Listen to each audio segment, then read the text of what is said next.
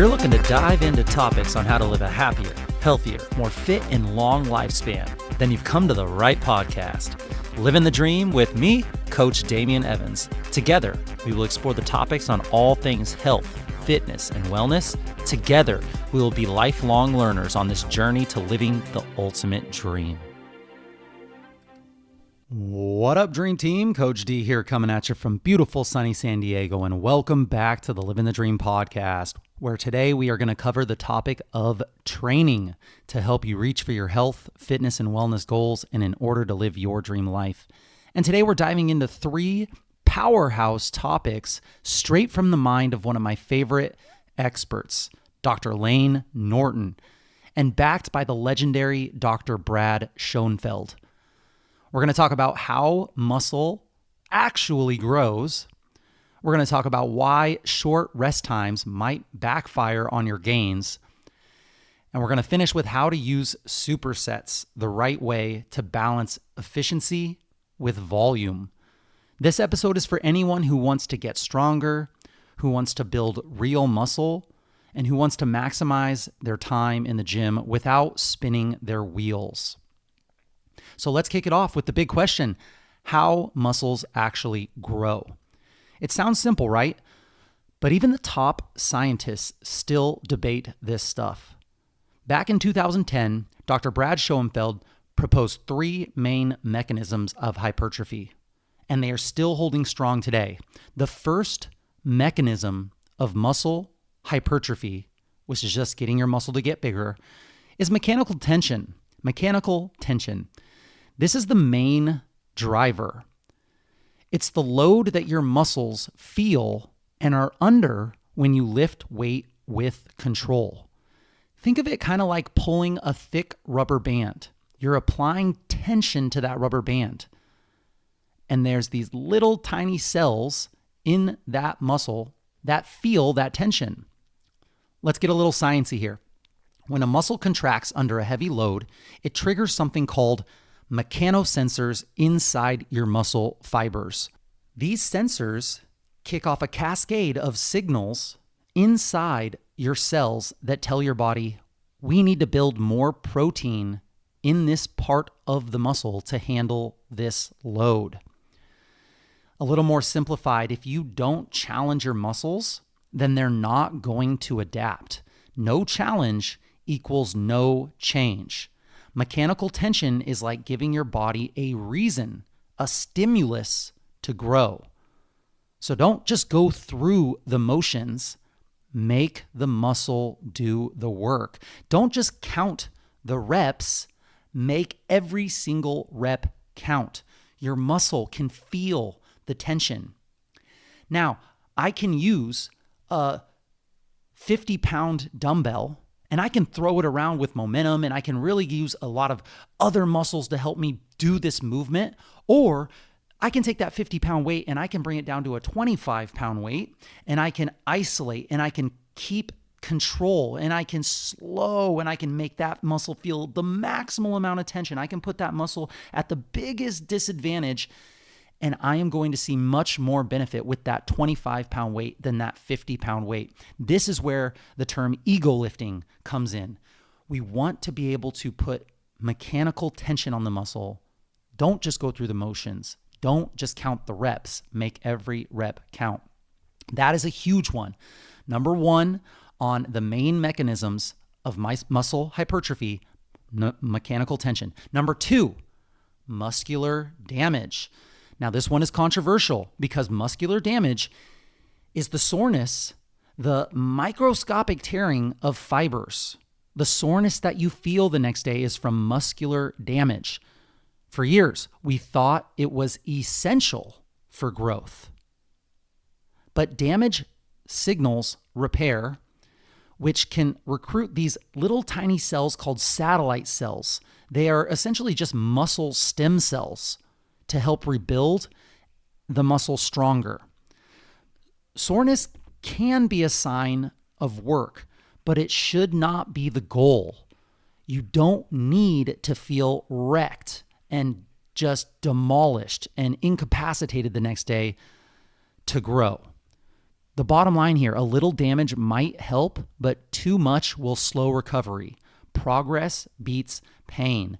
So feeling a little bit of muscle damage the next day means that you did something enough to be able to create a stress that the body can adapt from. But think of it like a sunburn. Think of it like going out in the sun and getting a suntan. If I go outside and I had not been outside for years and I get outside in the San Diego sun for 5 hours, that's going to be too big of a stimulus. You will create too much damage and it's going to take a lot of time to recover from that damage.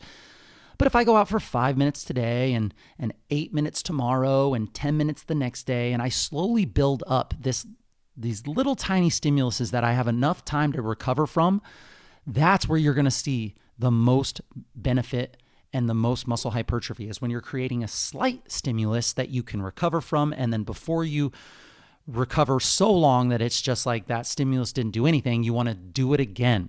So consistency with these small stimuluses is really what you're looking for when it comes to muscular damage, the second mechanism to muscle hypertrophy. And the third one is a little bit harder to understand, especially if you haven't taken physiology in any courses or anything like that, but it's metabolic stress.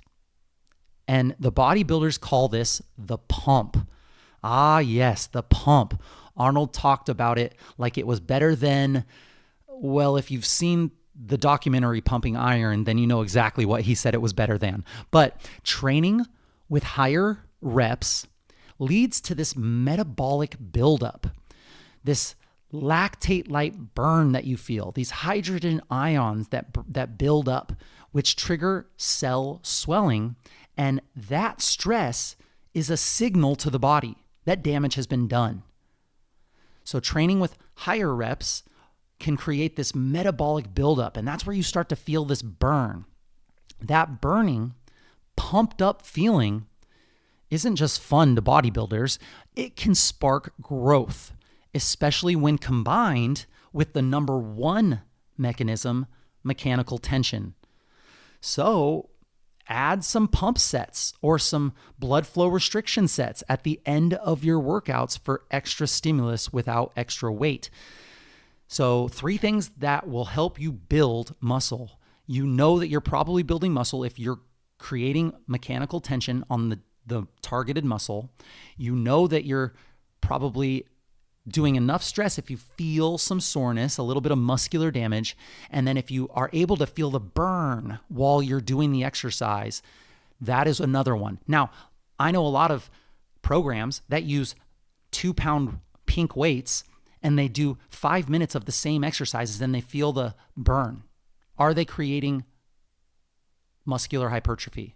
The answer is probably no. They're probably creating that burn, which is sending a signal that, the muscle is being worked, but they're not overloading the muscle. They're not challenging the muscle with tension, and they're probably not going to be super sore unless they're super deconditioned. So having all 3 of these is a really great thing, but mechanical tension takes the cake above all the others. There are 3 types of hypertrophy. This is a little nerdy, but I love this kind of stuff. 3 types of hypertrophy, muscle growth. There's 1, myofibrillar hypertrophy, and that is actually creating more contractile proteins. You're actually creating more fibers. That one's a little bit harder to do. You're going to see size and you're going to see strength with that. It's a little harder to do. A lot of newbies and early adopters of resistance training will feel this. But as you get more experienced, it really is harder to do. Number 2, sarcoplasmic hypertrophy. Whoa, that's a crazy term. Sarcoplasmic hypertrophy. Now, all that this means is you're bringing more intracellular fluid, things like glycogen and enzymes. This is exactly what you're feeling when you're getting a pump in the gym. If you do a workout and you get a pump and then hours later that pump goes down, you're experiencing sarcoplasmic hypertrophy. It's more of a fluid-based building inside of the cells. It's not actual tissue. And then the third way is connective tissue hypertrophy. And this is where you get stronger tendons, and then there's this substance, this tissue that wraps around your muscles called fascia. You're getting stronger tendons and fascia when you get connective tissue hypertrophy. And this is one of those things that really help to build and shape and put you into positions. A lot of people get connective tissue hypertrophy in the wrong way when they sit in their seated position for a long time and they're rounded forward, and then over time they become this hunchback. That is your connective tissue hypertrophying and building and solidifying you in that position. It can go good or bad. So there's 3 types of way you can build the contractile proteins and actually create more fibers. You can pump fluid into the cells of the muscle, and then you can actually get stronger tendons and fascia. Now, you don't have to choose. A smart program will touch all 3 of these. Why protein balance is everything when we're trying to build muscle. None of this will work without a building block, without one key ingredient that we talk about all the time on this podcast, a positive protein balance. Your body is always breaking down and rebuilding proteins, breaking down the old and building back the new. If you synthesize more than you break down, you're going to grow. As we age, this process, this balance, when you're younger, you're growing, you're always growing, you could do anything and you'll grow. But as you get older, the breakdown processes start to take over, the building processes start to slow, and that's where we get that eventual aging breakdown. Imagine you're trying to save money. If you earn more money than you spend, your savings will grow. It's the same with protein. If you synthesize more than you break down, if you build more than you break down, you will see gains. So how do we do that? We stimulate the muscle with tension, mechanical tension, and then we feed it the protein, the building blocks that it needs in order to repair, and we give it the time to repair from that stimulus. We let it recover with great quality sleep and rest. We stimulate the muscle, we feed it with protein, and we let it recover. And then we repeat that cycle forever. Okay, so we're going to move on to our next part. Short rest periods. Are they hurting your gains? In group fitness, I see this all the time. People want to just go, go, go. They move from one exercise to the next. They feel like they're doing nothing if they're resting. Let's talk rest periods. You've probably seen people doing crazy circuit style workouts with 30 seconds of rest in between each exercise, and it feels efficient. It feels good and it feels productive because it's so challenging. But if your goal is muscle and strength growth, that might be actually kind of like shooting yourself in the foot. According to the research, shorter rest times may require more total sets to achieve the same volume of work. Shorter rest times may require more total sets, you doing the exercise more times to achieve the same volume. Volume is just sets, reps, and weight multiplied together. How many sets of the exercise did you do at what reps with how much weight? If we have shorter rest times, that may require more total sets to achieve the same volume of work as if we were to go heavier and go more intensity with our weight and take longer rests in between. Why? Because if you're resting only 30 to 60 seconds, your muscles and more importantly, your nervous system doesn't fully recover. And then that next set, that next exercise that you do, you're going in already weaker. You're going to have to use less weight and you're going to get fewer reps. And that means less total volume, which is the number one predictor of muscle hypertrophy. Total volume. If you track your total volume and you increase your total volume over time, it's just like if you were investing in stocks and bonds and you're investing more and more over time, you're going to see a bigger output. If you rush your rest, you might lift less. And if you lift less, you grow less. Now, if you do have time to do extra sets to make up for the lower reps, then yeah, you can go for it. If your total volume is equated for, you'll probably get similar results. But most people don't. So if muscle hypertrophy is the goal, if strength is the goal, at least 90 seconds to 120 seconds, 2 minutes between each set. And if you're going for absolute strength, you're going to even go up even higher than this. I've seen 3, 5 minutes. I've seen power lifters do one set of really, really heavy 1 to 3 rep squats and then take 10 minutes before they did their next set. Rest at least 90 to 120 seconds if hypertrophy is the goal between sets for the big compound lifts. Save the short rest for your accessory moves like your bicep curls and your tricep pushdowns and your lateral raises for the shoulders, or for your cardio days. Save the short rest for your accessory moves and your cardio days.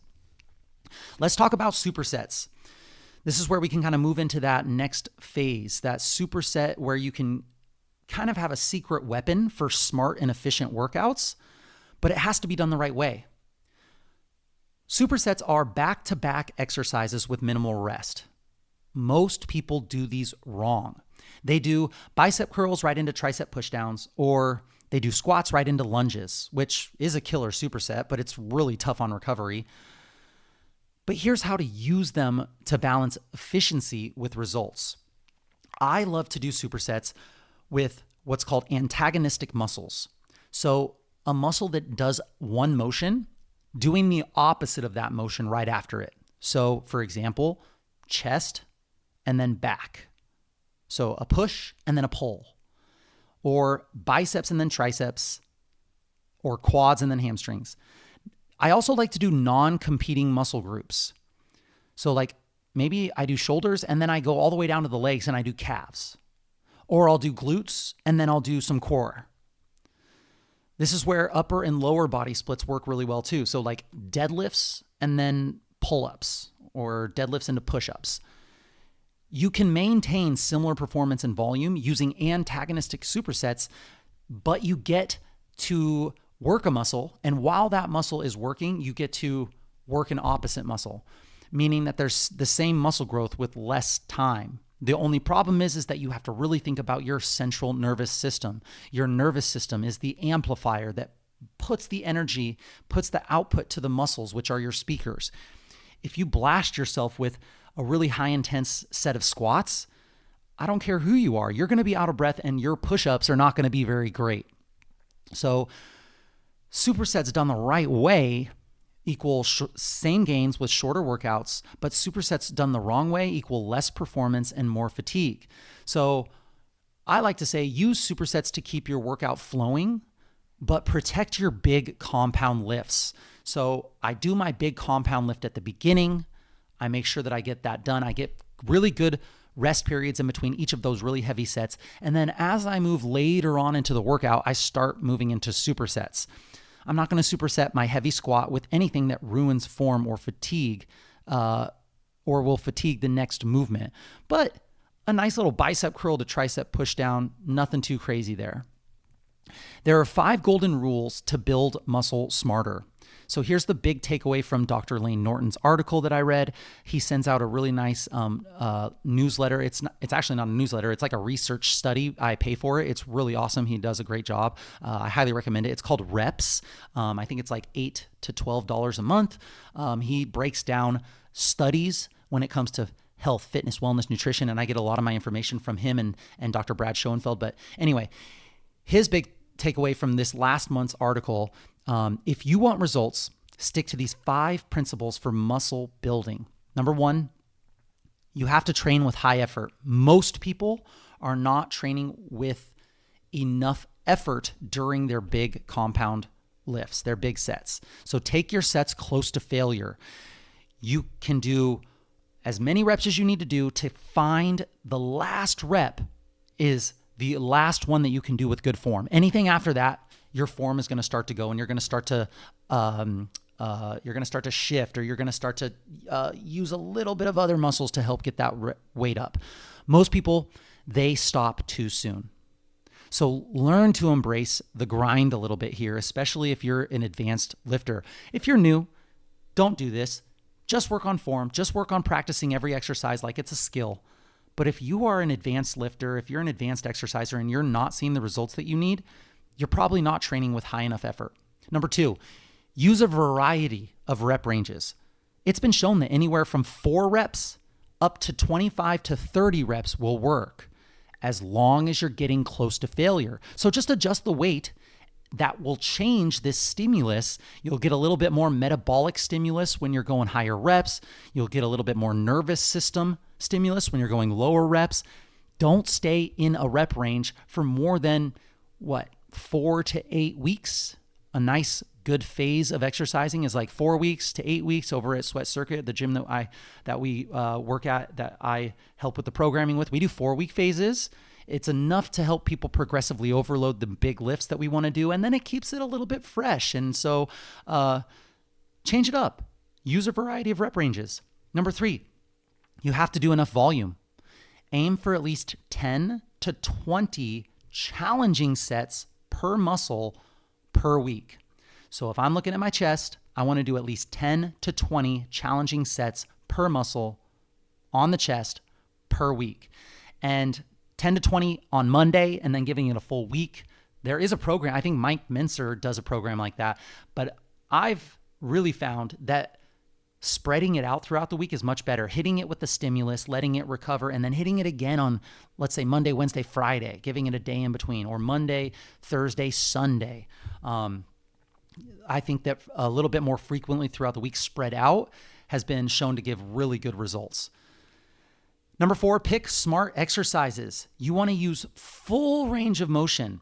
Exercises that get you into a big stretch are really being shown to have great benefits here. Stretch-mediated lifts like RDLs, which are Romanian deadlifts, which are the deadlifts with the straight legs, where you push your hips horizontally back rather than dropping your hips, putting your hamstrings and glutes on a huge stretch. Those have been shown to be really beneficial. Bulgarian split squats with your foot elevated behind you in that split stance position. Big stretch on the hip flexors, big stretch on the quads. Incline curls, leaning back on a bench and letting your arms go behind you. We just did these in our workouts a couple weeks ago. People were really feeling that stretch. Full range of motion. That's what you want to see on these exercises. None of this partial rep stuff. Even if most people go partial reps because they want to go so heavy that they can't. Like we did bench presses the other week, and a lot of people were like, I can't touch the bar to my chest with this weight. Okay, well then that weight is too heavy for what we're trying to do. Not saying that you have to touch the bar to the chest, but you will get the most benefits by getting that bar as low as it can go in that muscle, in that most stretched position. So pick smart exercises and use full range of motion. And then the big one here, we've said this for a while now, you want to hit each major muscle that you're trying to grow at least 2 times a week. Once a week probably is not enough, even if you do a ton of sets with it. Most research shows that higher frequency leads to better gains. So this is kind of like that sunshine analogy that we used. You could go outside for 5 hours on Monday and get all that sun, or you could break it up 20 minutes a day for 7 days a week, and you'll probably get a little bit more better results than what you're looking for. Okay, so let's talk about an action plan here. Number 1, you want to audit your training. Are you training close to failure, and are you getting enough volume? Just like if you're tracking your calories, or just like if you're setting a budget for your finances, just kind of writing down what you're doing and tracking and getting awareness of what that looks like is huge. Finding awareness is number 1. Number 2, track your rest periods. If you're always gassed out in your workout, your rest periods probably are too short.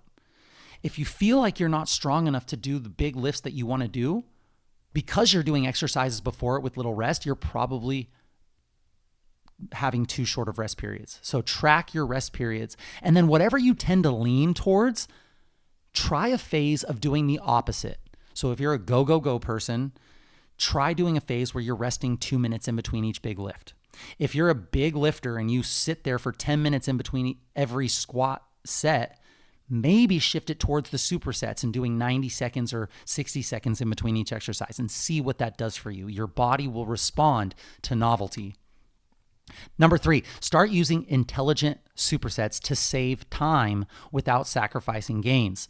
So get your big lifts out of the way without doing supersets, and then to kind of speed up your workouts and not spend an hour in the gym, start doing supersets of antagonistic muscles, or muscles that are like upper and lower, something that can give one muscle a break while you're working the other. Number 4, kind of the same as our first one, log your workouts. If you're not progressing over time, you're not growing. So you want to make sure that you're progressing. This week with good form, you were able to do 10 reps. Next week, you were able to do 12. Okay, well, I got to 12. Now I'm going to increase the weight and drop the reps back down to 8. And I'm going to start to build that heavier weight from 8 to 10 to 12. And once I get up to 12, I'm going to increase the weight again and do it again and progressively overload. So log your workouts and try to get just a little bit better every time you do that workout. If you start to see your body getting weaker, then that is a sign that you're doing too much with not enough rest. So you can log your workouts and test if you're overtraining or not. And then number 5, the big one here, eat enough protein. Eat enough protein and sleep like a champion, and make your sleep an important priority if your goal is growth.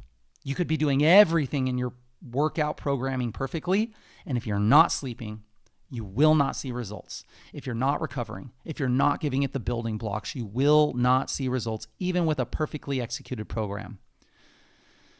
And then lastly, try not to overcomplicate the process, right? So we've talked about a lot here, but it's pretty simple. Train hard, recover hard, repeat, and give it the building blocks it needs. Building muscle isn't just about lifting weights.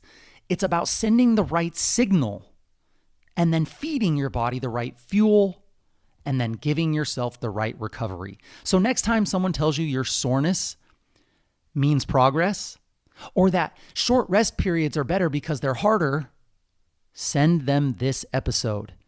If you found value in this, share it with your gym partner, with your coaching group, or that one friend who is still doing curls with the baby dumbbells or standing on a physio ball while doing squats and wondering why they're not growing. This is just your reminder to train smart, to live strong, and to keep living the dream. That's it, my friends. Thank you so much for joining me on this Training Tuesday episode of the Living the Dream podcast. Share the knowledge that you gain with your friends and family and hold each other accountable. If this episode inspired you, share it with a friend who could learn a little bit about how to train smarter. To support this podcast and help it grow, please subscribe on whatever platform you're listening to this podcast on, and leave a review telling others how this podcast benefited you. Leave a comment on this episode. And this is really a non-cost way to help get this important wellness content into more people's ears. Tag me at livingthedream_podcast or at coachdamian_SD and let us know how this episode benefited you. Let us know what we missed. Let us know what we got wrong. We want to know. Message us if you have any suggestions or tips that would help your Living the Dream team that we can discuss on future episodes. I will be right here with you working on making us stronger, happier, and healthier humans. Until next time, friends, keep living the dream.